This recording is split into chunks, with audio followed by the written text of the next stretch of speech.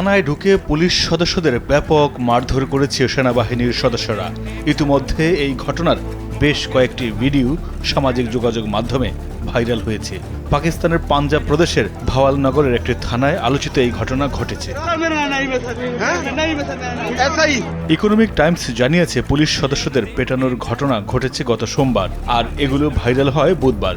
একটি ভিডিওতে দেখা যায় সেনাদের দেখে দৌড়ে পালাচ্ছেন পুলিশের 2 সদস্য, কিন্তু তাদের মধ্যে একজনকে ধরে ফেলে সেনা সদস্যরা, এরপর তাকে মারধর করা হয়।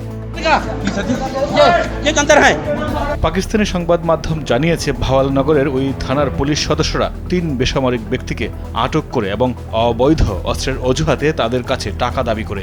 দেশ সেরা প্রযুক্তিপূর্ণ শপ স্টারটেক আছে 19 আউটলেট ও 64 জেলায় ডেলিভারি। Visit startek.com.bd।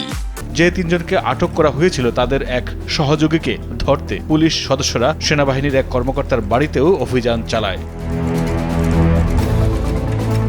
বিষয়টি সেনা সদস্যদের ক্ষিপ্ত করে এরপর সেনা সদস্যরা ভাওয়ালনগরের ওই থানায় অভিযান চালায়। এ সময় থানায় আটক ছিলেন ওই 3 জন। থানায় অভিযান চালিয়ে আটক 3 জনকে ছাড়িয়ে আনতে যান সেনারা। এক পর্যায়ে পুলিশ সদস্যদের ব্যাপক মারধর করে সেনা সদস্যরা।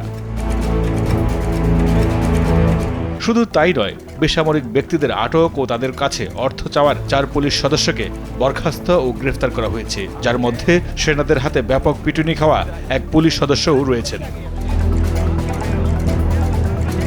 অবশ্য সেনাবাহিনীর থানায় হামলা চালানোর বিষয়টি এড়িয়ে যাওয়া এবং পরিস্থিতি ঠান্ডা করার চেষ্টা করছেন পাঞ্জাব পুলিশের ঊর্ধ্বতন কর্মকর্তারা। তারা বলছেন, পাঞ্জাবে সন্ত্রাসী ও অপরাধীদের দমনে পুলিশ সেনাবাহিনী একসঙ্গে কাজ করছে।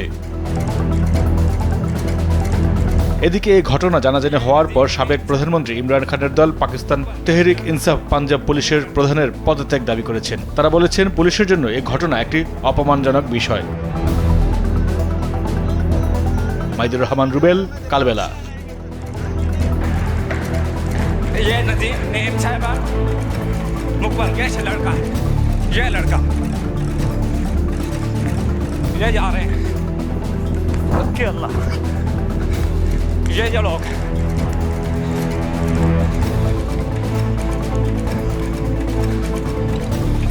हाँ बच्चे इधर आ जाओ यार की मसला